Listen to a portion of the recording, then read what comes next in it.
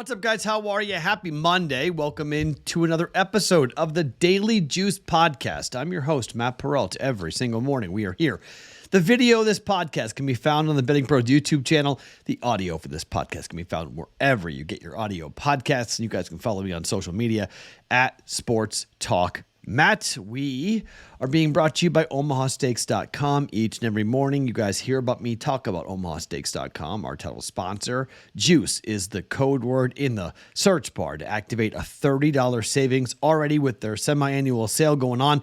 That will be wrapping up relatively soon. So if you haven't taken advantage of that, I highly recommend you do so.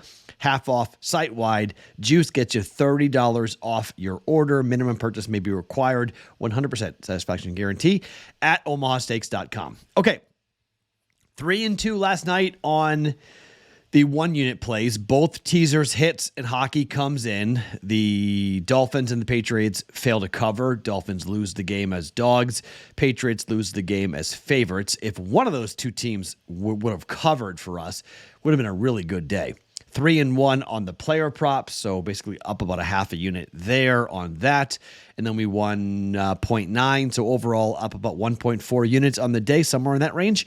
So we wound up down about a unit for the week. So back-to-back losing weeks for us here in October, but that was, a little bit, just gave back a touch. So not like the week before where things were bad, but we've definitely had a losing month so far.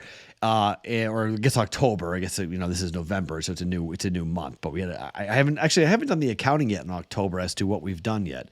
I'll do that tomorrow and tell you about that tomorrow on the podcast. But losing first week in November, so let's get going here on a Monday. I have got a lot to get to. Okay, so first and foremost, college basketball is back tonight.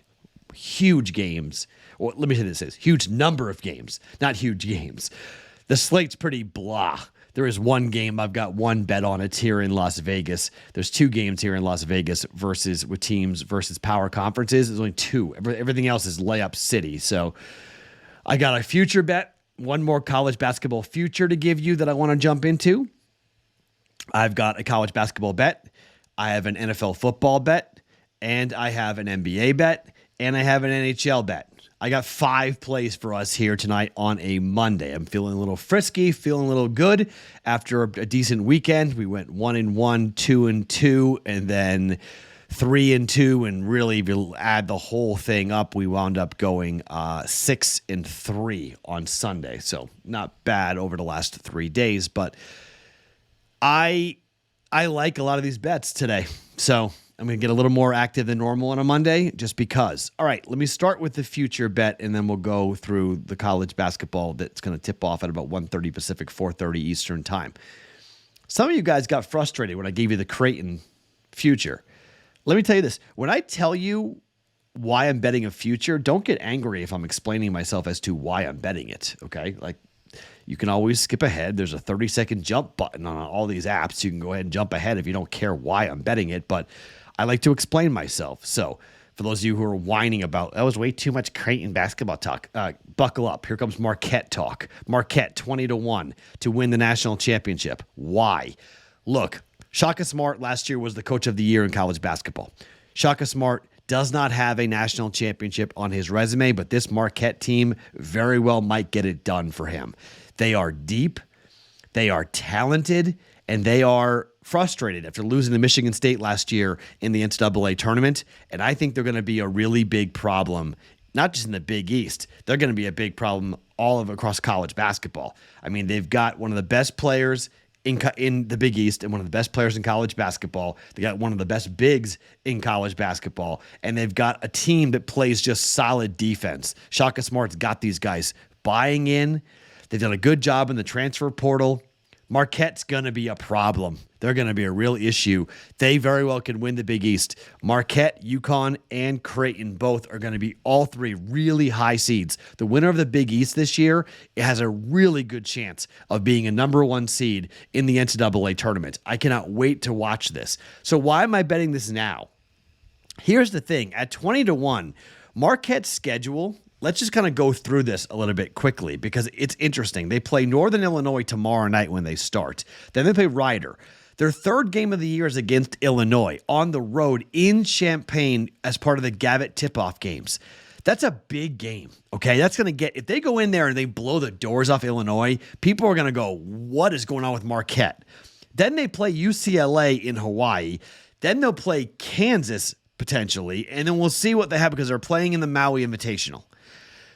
They're going to fly, okay? I mean, if they go in there, they can win the Maui Invitational. Maybe they'll lose to Kansas in the championship game, but people are going to go, look out for Marquette.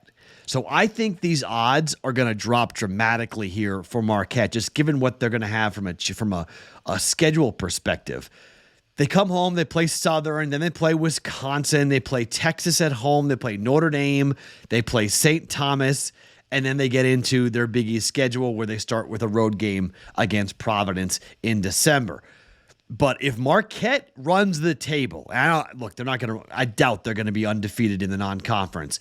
But if by chance they were to be able to do that, if they win the Maui Invitational, if they beat Kansas, which is pretty much the consensus number one team, whoa, these odds go to 6-1, 7-1, 8-1, maybe even 5-1, depending on how well Marquette performs in the non-conference. I don't think we're going to see this number. At 20-1, I think we have to take it, given Marquette's talent and given the chances they're going to have.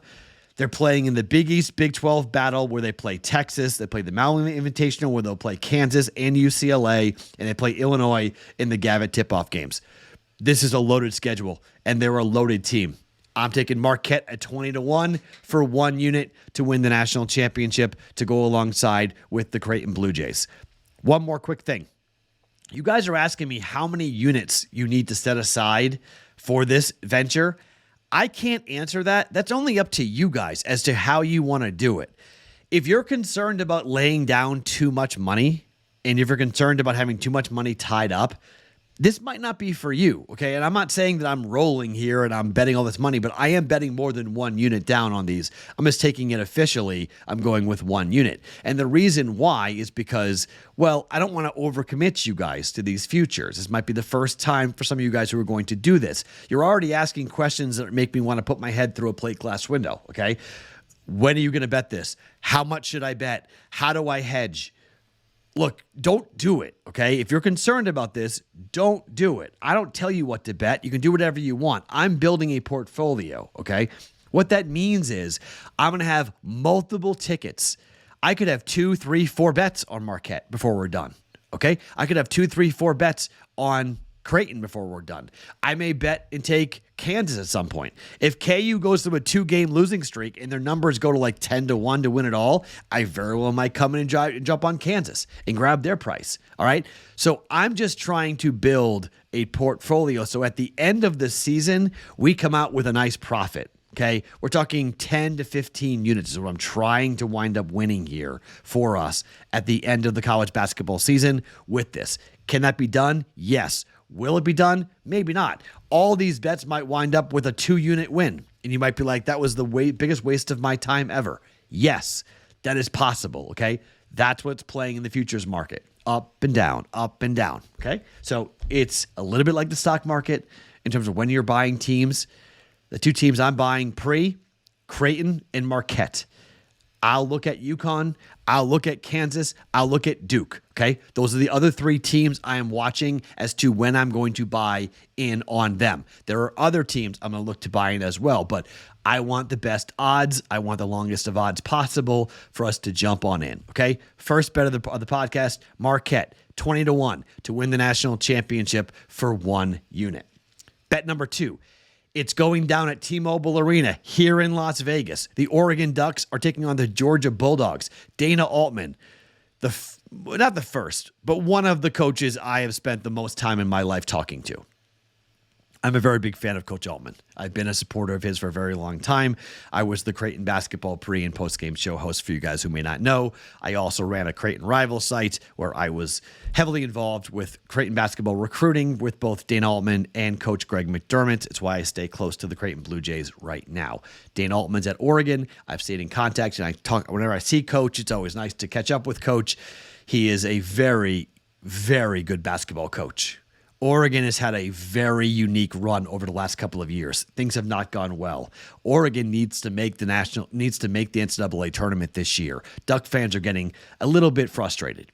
The line in this game is 4.5. Now, Georgia has lost a lot of scoring off last year's team.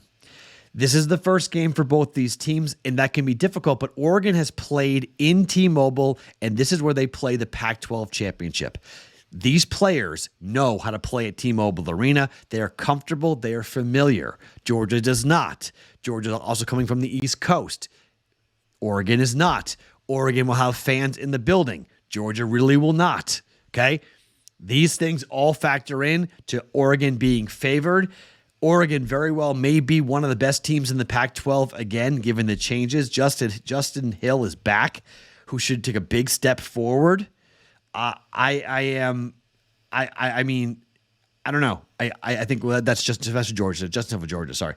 But I think for you look at the players coming back, De La Roche is who I'm thinking of for Oregon.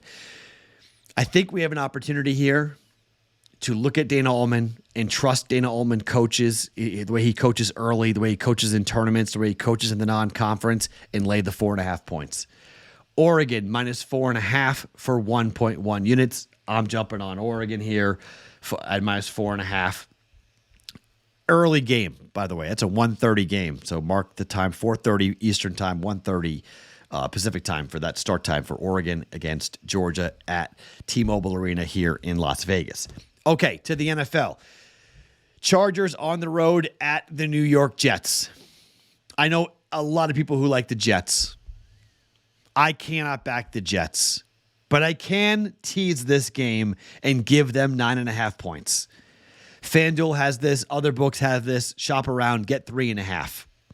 You can tease this up to plus 9.5 points for the New York Jets, and you can take the total up to 45.5. If you're curious, the LA Chargers are currently on a run where 5 straight games have gone under, which is somewhat surprising. Now, the totals have been 53.5, 49, 49.5, 48.5, and 46. Okay?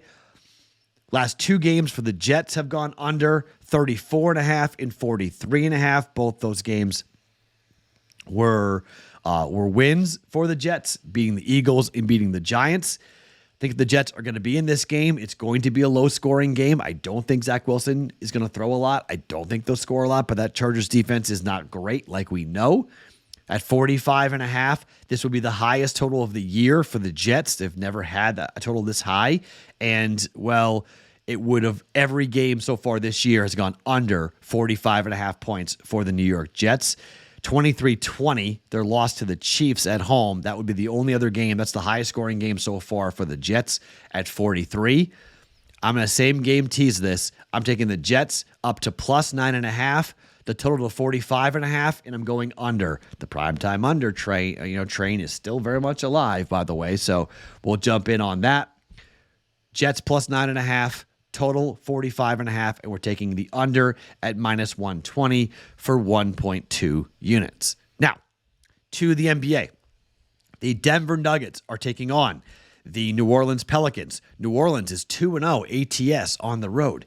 Denver is 3-1 ATS at home. However, Denver, this is game 3 of this homestand. They beat Dallas by 11, 6-point favorites, covered. They beat Chicago, 9-point favorites, by 22 points. This New Orleans team is coming off of a home loss to Atlanta, where they lost by 18 points to the Atlanta Hawks. That's not good. Denver, really good at home. I am also going to personally play Denver in the first half. Okay, that's also a very good bet, but I don't want to get into first half plays all that much officially just yet because it's a little bit on the shaky side. So Denver first half has been absolute money. We bet it before. You can bet it again if you want.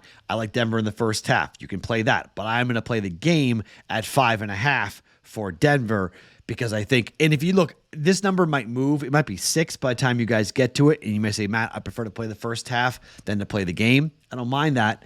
But I do think Denver is a good shot at winning this game by double digits. They play so well at home.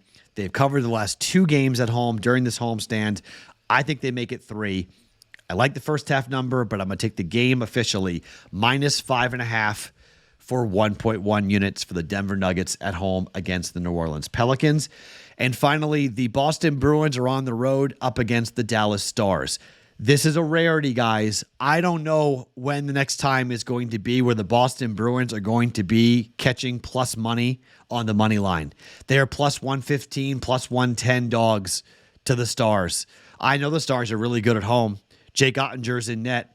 Bruins are sending Allmark out, who gave up 5 goals in the loss to the Detroit Red Wings. The first regulation loss for the Boston Bruins so far this season. They played like crap. When the Bruins lost in overtime after playing like crap, and they lost 4-3, game went over, the Bruins lost. Well, they turned right around and won the game 4-1. I lean towards the under. I think 5 goals, it's 5.5. I think 5 goals is really possible, but I'm worried about an open net 4-2 win for one of these two teams, so I don't want to bet the under. I'm just going to take a shot here. If I lose, I lose. But the Boston Bruins are the best team in the Eastern Conference, and I'm getting them at plus money. It's simply just a price play. Give me the Bruins at plus 115 tomorrow against the Dallas Stars. I get it. They're coming off of a loss. I get it. Omar gave up 5 goals. Oh, no. No. And the Bruins are a bit banged up, too. Also, the Bruins are banged up. I mean, they were lucky to beat, to win their home game before they went on the road. We had them, in that 3-2 win. They went down 2-0 and they rallied and won the game 3-2. So they are nicked up for sure, but I don't know. It's Boston. It's the Bruins. It's Omar off of a loss. It's still, they still have Brad Marchand. They still have Pasta. They still have some in Coyle. They still have really, really good players. Bruins money line plus 115 for 1 unit. All right. So 5 plays going for, or 5 for the podcast, 4 going for tomorrow. So a little over 4 units in play for us on a Monday. A bit more than normal, but college basketball, NFL football, NBA basketball, NHL, all that's lacking is baseball, right? I mean, this is like a mini version of the sports equinox. It's incredible. Oregon, minus 4.5, 1.1 units. Plus 9.5, teasing the over to 45.5. We're taking 1.2 units, same game teaser, Jets and the Chargers. Nuggets, minus 5.5 at home against the New Orleans Pelicans for 1.1 units, and the Boston Bruins money line on the road up against the Dallas Stars at plus 115 for 1 unit. The future bet is Marquette to win the national championship at 20-1. That with a 1 unit bet on that. Let's have some fun. I'll talk to you guys in the Discord channel, bettingpros.com/chat. Later in the week, we'll bring back NBA player props. It's time to take a look at those again and get more active into NBA player props. So stay tuned. Probably Tuesday, Wednesday, we'll get back into going into those bets for us here. But for now, no NBA player props, just side totals and teasers and fun stuff that we got rolling here on a Monday. My name is Matt Perrault. You guys can follow me across all socials at Sports Talk Matt each and every morning. The Daily Juice Podcast, always being brought to you by OmahaSteaks.com.